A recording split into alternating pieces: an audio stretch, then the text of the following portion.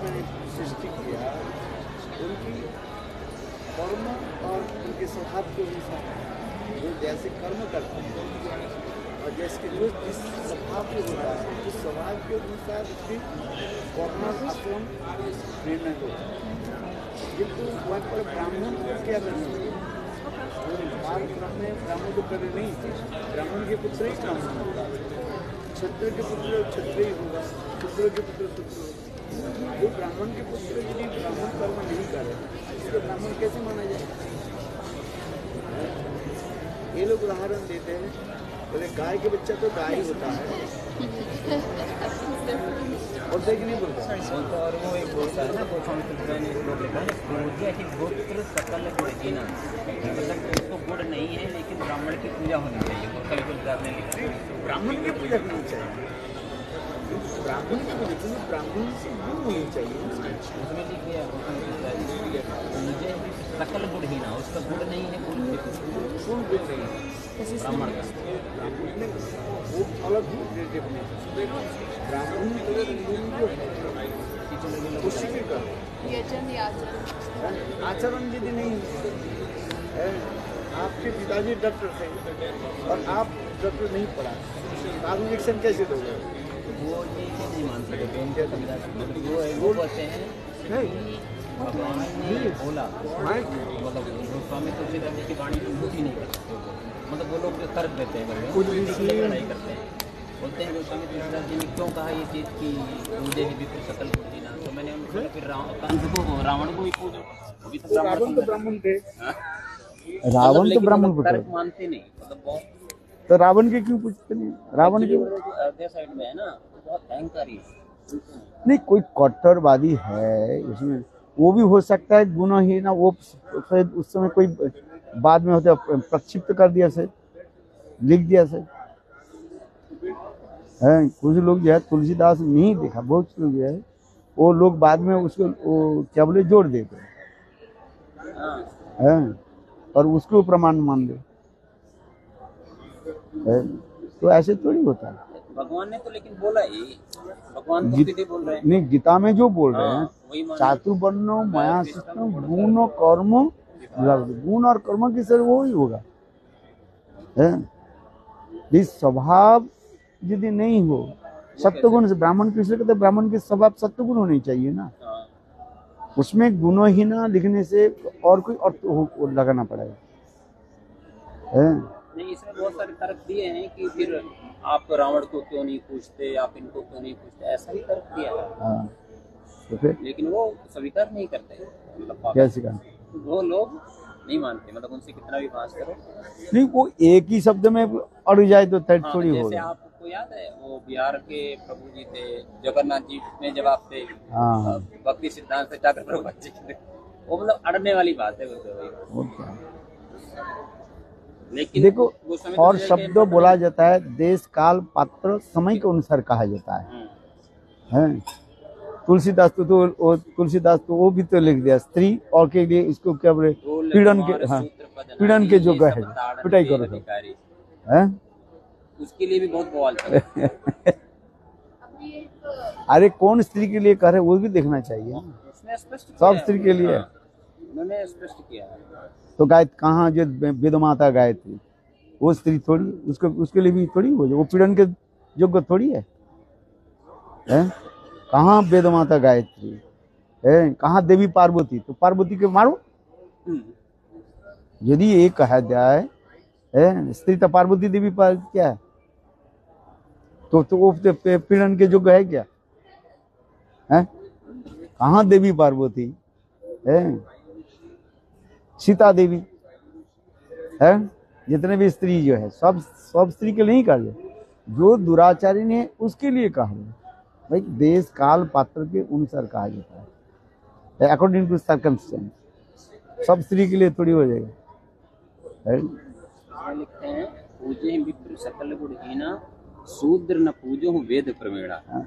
यह सकल गुणहीना की तात्पर्य जो है, हो सकता है उसके ब्राह्मण की जो है वेद पाठ वेद ठीक से करने उच्चारण कर नहीं पाते हैं, और इसी सर्कमस्टेंस में लिखा है। ये नहीं है जो सकल गुणहीना, सकल गुणहीन क्या है? सकल गुणहीना और फिर गुण नहीं, अगुण नहीं है? एक व्यक्ति चोर नहीं है और साधु भी नहीं है, तो इससे क्या मिडिल में होगा कोई? तो ये व्यक्ति नहीं है जो एक व्यक्ति क्या बोले चोर नहीं है, तब मतलब वो साधु है। ये व्यक्ति साधु है, ठीक है? तो इसके मतलब जो है साधु मान के सत्य है। कई अर्थ जो देखो देश काल पात्र के अनुसार कहा जाता है। और इसमें गुरुदेव दृष्टांत भी दे रहे हैं कि जैसे जो लिख रहे हैं, कह रहे हैं कि सीता जी का हरण किया रावण ने, तो रावण तो ब्राह्मण था, फिर उसको क्यों राम जी ने मारा? वो तो ब्राह्मण था। मतलब वो तर्क दे रहे हैं, कह रहे हैं राम केवट के गले मिले, गिद्ध को बाप के समान माना, बोल भील सबको किया, तो वो तो ब्राह्मण से श्रेष्ठ है। यहाँ पर ये भी तर्क दे रहे हैं। देखो भगवान राम रावण को क्यों मारा, बाली को क्यों मारा, तो पहले तो बोलो। तो भगवान तो कह रहे हैं इसी प्रसंग में तो कहते हैं, बाली ने कहा ये मेरे भाई सुग्रीव आपके मित्र हो गया, मैं तुम्हारे बैरी कैसे, मैं तुम्हारे तो कुछ नहीं किया है, कौन सा तुम्हारे बाल मका मैंने, अब बताओ, मैंने तो कुछ किया और मेरे भाई हो गया। तब उसमें भगवान रामचंद्र कह रहे हैं ये देखो जो परनारी हरण करने वाले हैं, परद्रव्य हरण करने वाले हैं, ये जो है ये दंड के पात्र है। तो रावण के दंड, वो जाति काल पत्र नहीं, तो ब्राह्मण हो गया, ब्राह्मण होकर के यदि कुकर्म करे तो उसको मारना नहीं चाहिए, उसके पर। और फिर कहा जाए शास्त्र में ये भी लिखा है कि ब्राह्मण गाय स्त्री इनके ऊपर किसी प्रकार हत्या न करे, गोहत्या न करे, स्त्री हत्या नहीं करे। अतः भगवान रामचंद्र किसको मारा? लड़कों को मारा, स्त्री को मारा। पहली जो है दो स्त्री को मारा, उतना के मारा, रामलीला में पुतना के मारा ना, रामलीला में ताड़क को मारा और स्त्री को मारा, पहले स्त्री का बात। मतलब अगर गलत है तो उसका वो बात वो तर्क लेके कोई चले है, जैसे इसमें लिख दिया गो ब्राह्मण का और स्त्री की पूजा होनी चाहिए, मतलब वो उसके योग्य, वध के योग्य नहीं है। देखो वध के जो एक भगवान वध नहीं किया, ये उसमें वो लोग आक्रमण किया, उसमें जो आतताई है, आतताई के बद भगवान ये कह रहे हैं, ठीक है भगवान जो कह रहे हैं मैं स्त्री और ब्राह्मण इसको में जो आतताई हो क्या करे, तो उसलिए तो वो कह रहे हैं, रामचंद्र कह रहे हैं ये ठीक है तुम क्षत्रिय हो, मेरे साथ आमने सामने क्यों लड़ा?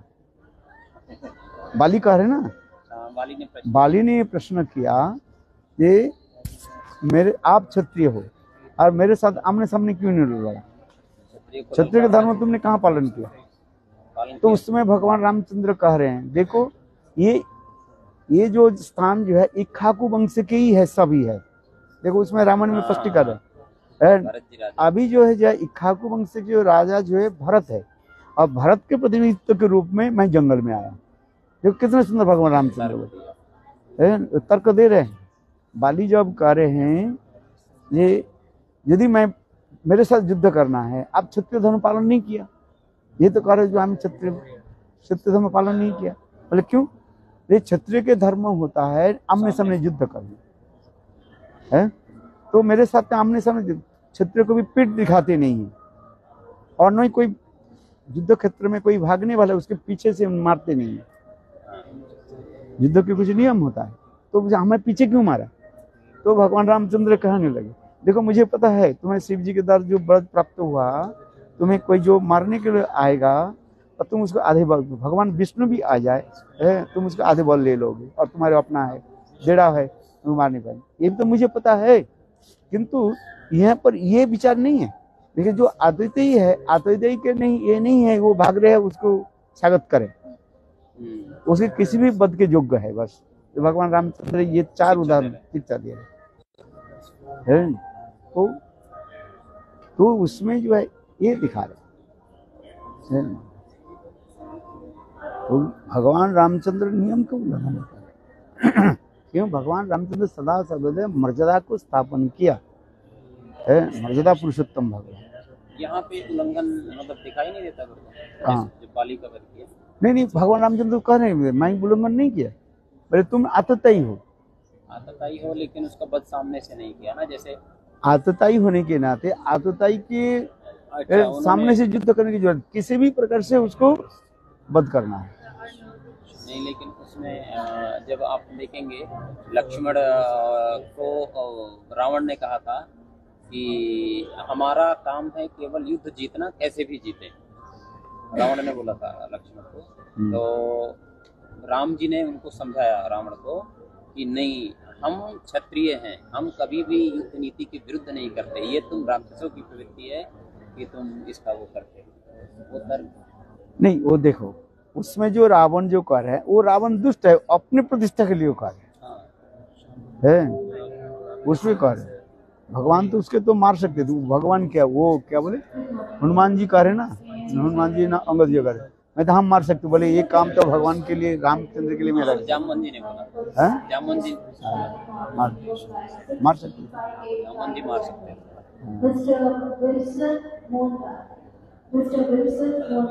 वो जुक्ति दिखा भगवान मतलब आतताई है, सीधी बात है। तो उसको अगर कोई सामने आएगा तो उसका आधा बल चला जाएगा। तो भगवान राम इसलिए करे ना। देखो दूसरी बात यह, सीता जी जब हनुमान जी कहने लगे कि माँ तो आप मेरे कंधे पर बैठो, मैं आपको ले जाता हूँ, किंतु उस समय वो कहने लगे, सीता देवी भी सुंदर बात कही, बोले नहीं, ये दुष्ट की वध करके तब तुम्हें जा, इससे उसके वध करने। उसमें कुछ लोग ये भी कहते हैं क्योंकि उस टाइम देवी सीता ने कहा था कि मैं पर पुरुष के उस पे नहीं बैठ सकती बिना अपनी इच्छा से। जैसे मतलब कुछ लोग प्रश्न किया कि रावण के साथ आई तो रावण जबरदस्ती लेके आया। रावण तो जबरदस्ती लेकर के तो उससे क्या है। और फिर जिस सूक्ष्म विचार में जाए, रावण तो असली सीता का नहीं है, वो तो एक क्या बोले छाया सीता के लिए। वही तो लक्ष्मण ही कह रहे हैं, लक्ष्मण जब वो क्या बोले अग्निपरीक्षा तो लक्ष्मण बिगड़ गए, इतने 7 साल तक लक्ष्मण भी पता भी नहीं था। किसी को पता नहीं था, खाली राम जी को और सीता जी को, सीता जी और राम जी के पता, और क्यों सुपर्णखा के नाक कान काट दिया। वो भी तो आते थे ना, वो तो वो जब क्या बोले सुपर्णखा जब सीता जी के जब वो क्या बोले वो करने के लिए गए, निकलने के लिए, तो रामचंद्र के इशारे से लक्ष्मण ने उसको नाक कान काट दिया। पहले आक्रमण नहीं किया था, पहले तो उसी ने किया वो आक्रमण। अच्छा नहीं, रामचंद्र सदा सदा अपने मर्यादा लेकर के, जैसे रामचंद्र का क्या मर्यादा पुरुषोत्तम, नियम के उल्लंघन, मर्यादा से बाहर नहीं, मनुष्य की मर्यादा में रहे, मर्यादा के हिसाब से लोग। जो रावण ने किया वो भी था ना। हाँ, वो तो परस्य हरण कर लिया। फिर भी राम जी नियम के साथ युद्ध करना चाहता था। हाँ? फिर भी राम जी ने कहा लक्ष्मण से कि हम युद्ध के लॉ नहीं तोड़ेंगे, पर वो तो भी अपना किया था कि राम मर्यादा, नाम मर्यादा पुरुषोत्तम है, युद्ध करके ये करना है, स्थापित करना है, ये नियम स्थापित करना है, वो नियम के स्थापित करना है, नहीं तो सब गलत ही करेंगे। हाँ,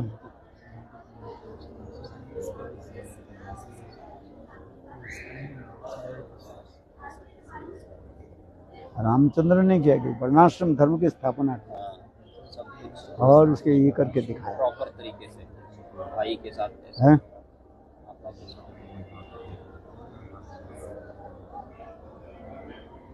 नहीं, आजकल लोग वो प्रश्न उठाते हैं, रावण जो स्त्री के जो 8 जो अवगुण बताया,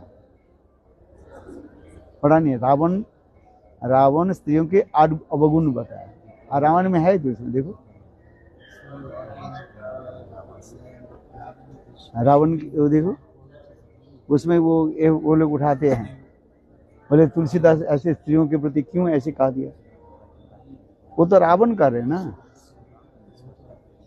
लोग प्रसंग नहीं देखते हैं। है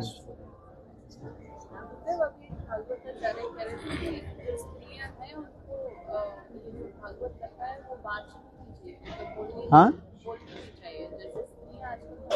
कहते हैं व्यास आसन पे बैठ के नहीं बोलिए, तो बहुत लोगों ने बोला। कहाँ पर बैठेंगे, आकाश पर बैठेंगे।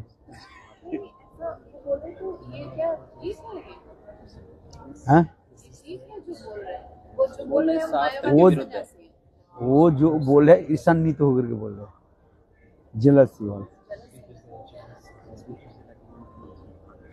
ये नहीं है कि क्या करे, बोले मैत्री, क्या बोले गार्गी, मैत्री है। इनके पास कोई भागवत कर, लक्ष्मी भागवत किसने पहले बोला, उनको पूछा। भागवत पहले, भागवत कौन बोला? विष्णु जी ने भागवत सुनाया, फिर लक्ष्मी देवी ने भागवत सुनाया।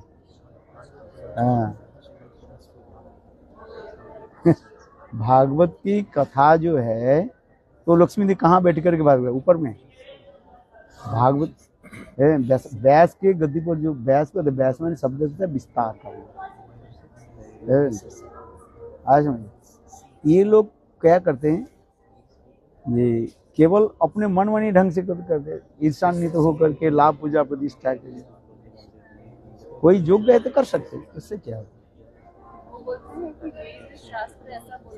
देखो वेद शास्त्र ऐसे नहीं करते हमारे, कहाँ ये क्या बोले, गंगा माता गोस्वामी गंगा से भागवत करती थी कि नहीं, जो सची देवी जो उनके बारे में तो स्पष्ट लिखा है, वो भागवत पाठ करती थी। क्या बोले, जगन्नाथपुरी में रहते, भागवत की प्रवक्ता थी गंगा माता गोस्वामी, हम लोग के गौड़ीय संप्रदाय की है।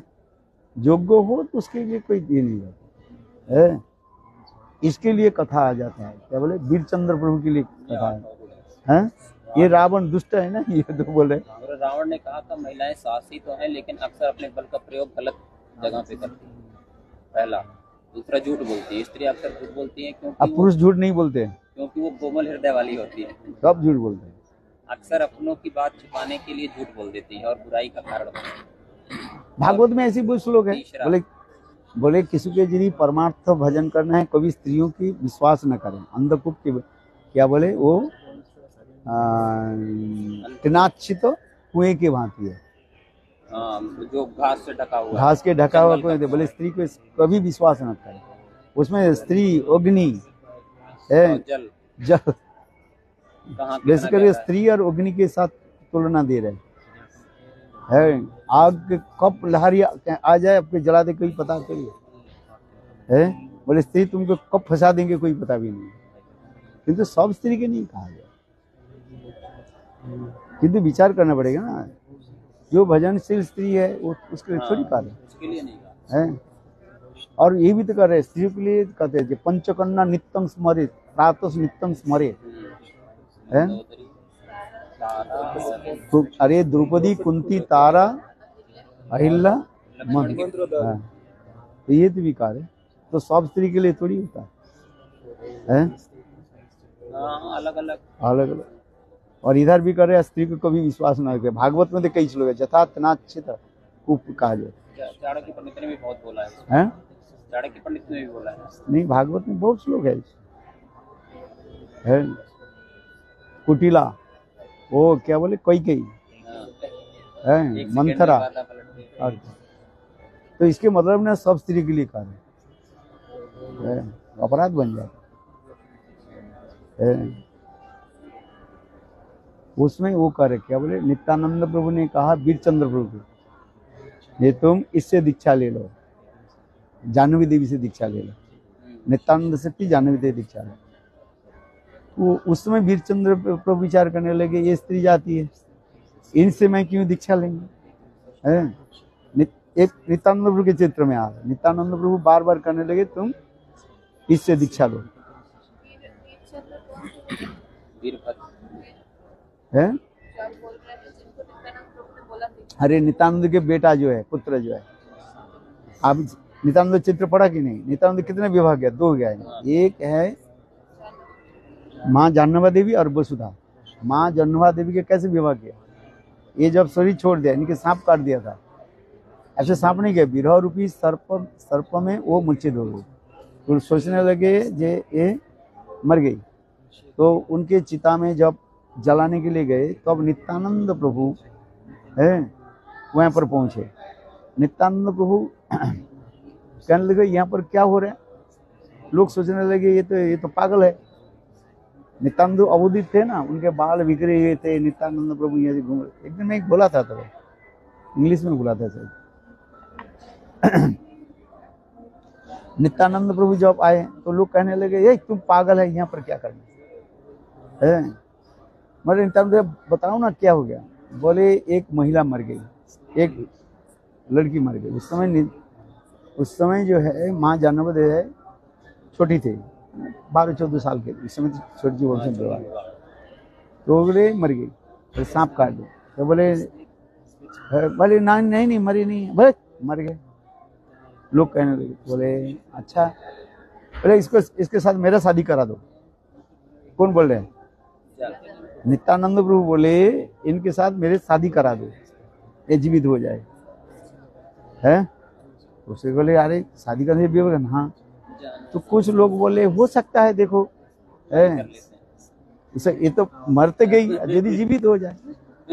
तो उस समय लोग उनके पिताजी ने, माँ जानवा देवी के पिताजी है, उनको बोले जाओ तुमको मैं ये मृतदेह तुमको मैं दान कर दूँ, कन्यादान होता है ना। तो नित्यानंद प्रभु ने क्योंकि माँ जानवा देवी के मृत शरीर के जय लेकर के चलने लगे, कुछ चलते थे, कुछ दूर जा करके और उनके जब मृत शरीर होता है जब जलाने के लिए जाते हैं ना, उनके फूल की माला सजाया जाता है। वही माला के द्वारा नित्यानंद प्रभु ने किया कि माँ जानवी के साथ विवाह कर लिया, और विवाह करने के साथ ही 37 वर्ष से जग गया, जीवित हो गया। माँ जानवी जीवित हो गया है। तो अब इनके पिताजी सब परिवार के लोग जाकर के नित्यानंद के चरण में आकर के कहने लगे आप तो कुछ यही जानते हो सर है। उनके पिताजी के नाम था क्या था? सूर्य के सर्कल था है। तो उन्होंने पिताजी को कहते मैं तो कन्यादान किया, कि मैं तो कन्यादान दिया, किंतु उस समय कन्यादान को जैसे श्रेष्ठ माना जाता था है। आज तो बोले चलो मेरा छोटी कन्या को मैं दान कर देता हूँ। फिर उन्होंने वसुधा को दान किया। इनके इसलिए नित्यानंद 2 विवाह किए, एक जानवा देवी और वसुधा, ये दोनों बहन है। हाँ, ये जब आ गए तो फिर दोनों लड़की लोग चलने लगे। अभी जब चलने लगे, कुछ लगे अभी तो घर नहीं है, कहाँ रखें? तो एक जमींदार थे, उनके बोले भाई तुम्हारे पास तो बहुत जमीन है, मेरे लिए एक कोई जमीन दे दो, लैंड दे दो। वो बोले ये पागल है, कहीं 2 लड़की के क्या बोले भगा करके ले है, ये पागल है। 2 लड़कियां जो कुमारी लड़की है, और ये बोले मेरा पत्नी है। बोले ना मेरा पत्नी है, मुझे एक जमीन दे दो। तो वो जमींदार क्या करे, बोले हंस मजाक करने के बोले कहने लगे जाओ एक वो घास होता है ना, खड़ होता है, खड़ समझते हो? Grass of the plant of paddy है, धान के जो होता है ना वो ग्रास, जो उसके खड़ कहा जाता है। वो खड़ लेकर के बोले जाओ एक गंगा के बीच में तुम्हारी जगह दे दी है। नित्यानंद प्रभु ने क्या किया, ऐसे किया, वहीं पर वो खड़ फेंक माने वो क्या बोले वो फेंकने के साथ ही साथ वो बन गया, टापू बन गया। सब देख करके आश्चर्य हो गया। गंगा के बीच में, अभी तक उसके नाम ही है खड़दह कहा जाता है। और फिर नित्यानंद तो स्वयं भगवान है। नित्यानंद विश्वकर्मा के स्मरण किया और साथ ही साथ अपने सुंदर महल बनाया। ये कहाँ पे? ये बंगाल में जो है ये खड़दह पड़ता है। अरे हाँ, उसमें देखो नवदीप से कुछ थोड़ी दूर है। फिर नित्यानंद वहीं पर है, फिर वहीं पर नित्यानंद आ गए। तो हाँ क्या बोल रहा था मैं, टापू बन गया। टापू बन गया। नित्यानंद प्रभु वहीं पर कुछ दिन फिर विश्वकर्मा को स्मरण किया, इसके क्या वो नित्यानंद प्रभु ने महल बन गया। वहीं पर महल बना दिया है। फिर नित्यानंद प्रभु इधर बात आ गए जब उनके एक संतान हुआ, उनके नाम वीरचंद्र था सिर्फ, हैं? नहीं, जाह्नवी के पुत्र संतान नहीं है, इसके हुआ वसुधा के, जो वसुधा के एक पुत्र हुआ था उसके नाम वीरचंद्र। वीरचंद्र जब हुआ ये हुआ है तो नित्यानंद प्रभु कहने लगे तुम जाह्नवा देवी से तुम दीक्षा ले लो, है। बोले तो बड़ी माँ है हमारा, बड़ी माँ है ना, इससे माँ से कैसे दीक्षा ले लेंगे। और स्त्री जाति, उनके मन में थोड़ा ही भावना था, स्त्री जाति और माँ से मैं कैसे दीक्षा ले लूँ, है। तो एक किंतु माँ जाह्नवी देवी कोई साधारण नहीं है, वो तो साक्षात अनंग मंजरी है। हम वो गोपीनाथ जाते हैं ना, गोपीनाथ मंदिर में जो जाते हैं वृंदावन में, माँ जाह्नवी देवी जब गोपीनाथ मंदिर परिक्रमा करे और परिक्रमा करके गोपीनाथ के पास होते हुए आने लगे, स्वयं गोपीनाथ के कि राधा जी को हाथ पकड़ करके दाहिने तरफ कर दिया और माँ जाह्नवी देवी के जो है बाएं तरफ बैठा दिया। आज तक जो है वहीं पर जाह्नवी देवी है। राधा जी हर समय कहाँ रहती है, राधा जी के बाएं रहती है, कृष्ण के बाएं में रहते हैं, किंतु वहीं पर देखोगे माँ जाह्नवी देवी, कोई कहते हैं ललिता, कुछ कहते हैं, किंतु वो माँ जाह्नवी देवी है। तो माँ जाह्नवी देवी कोई साधारण नहीं है, अनंग मंजरी है एक स्वरूप में, है। तो किंतु वीरचंद्र के मन में ये संशय था, अभी हमको ये कब होगा, 8:30। वीरचंद्र की ये मन में था, एक तो स्त्री जाती है और एक मेरा माँ है, इससे मैं कैसे दीक्षा ले लूं, है। तो एक दिन क्या कि वीरचंद्र जो है उनके माने वसुधा के बेटा जो है किसी काम से कहीं जा रहे थे और घर लौटना था, जिस समय लौटे उसके पहले लौट करके, और उस समय माँ जाह्नवी देवी जो है स्नान कर रही थी, है आज में। और उस समय लोग स्नान जो करते थे कुएं से पानी उठा करके स्नान करते थे। गांव में होता है ना, कुएं होता है, कुआं आते हैं ना, कुएं से बड़ा कुआं होता है, पानी उठा कर स्नान है।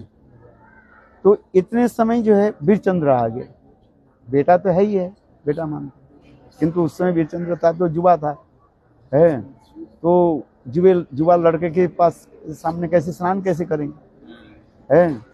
तो उन्होंने क्या कि आश्चर्य करा और देखो चतुर्भुज धारण कर दी माँ जाह्नवी देवी। माँ जाह्नवी देवी दो भुजाओं के द्वारा है अपने वस्त्र के जो है ढक लिया, अपने वस्त्र के शरीर को ढका, और दूसरी जो है हाथों के द्वारा कुएं से पानी निकालने, बाल्टी का उठाने। तो वीरचंद्र देख करके आश्चर्य, मैं तो इसे साधारण स्त्री समझती थी, ये कहते साक्षात भगवती है, ये लक्ष्मी स्वरूपिणी है, अनंग मंजरी है। तब उन्होंने माँ जाह्नवी देवी से दीक्षा ग्रहण,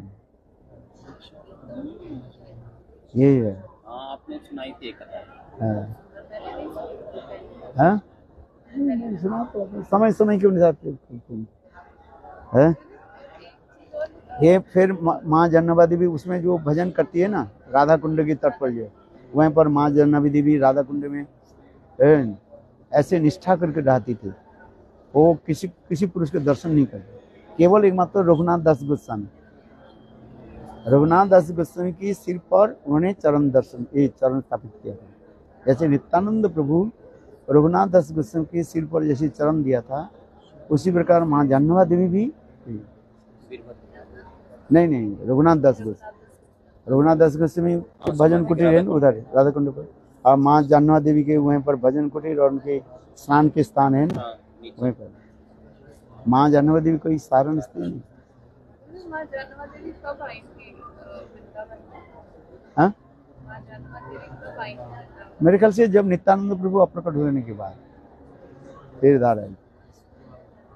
एक स्वरूप में तो गोपीनाथ में रहे और एक स्वरूप में यहाँ पर है। और गुरुदेव फिर वसुधा के बारे में ज्यादा कुछ वर्णन नहीं किया है, वहीं पर वसुधा की कथा हुई। एक्चुअली दोनों ही एक ही शक्ति है, वो दिखा नित्यानंद शक्ति महाजानवादी पहले ब्रज वृंदावन में जो ठाकुर जी के विग्रह थे, ऐसा राधा जी ही ऐसा कहते हैं कि जानवा देवी ने राधा जी को प्रकट कराया। कहाँ पर? जितने भी ठाकुर जी के विग्रह हैं ब्रज वृंदावन में, ये अनेक कथा है। पहले हमारे गोसाई वर्ग जो है केवल कृष्ण की करते थे, शक्ति मांग अवैध करते, किंतु वो जगन्नाथ मंदिर में जो है, जगन्नाथ मंदिर में जहाँ पर हम लोग जाते हैं वहीं पर वो विग्रह लेकर के आया था। वो विग्रह जो है वो स्वयं लक्ष्मी देवी, कथा दूसरी है। जाने के टाइम शांतिपुर रहती है। हाँ, शांतिपुर शांतिपुर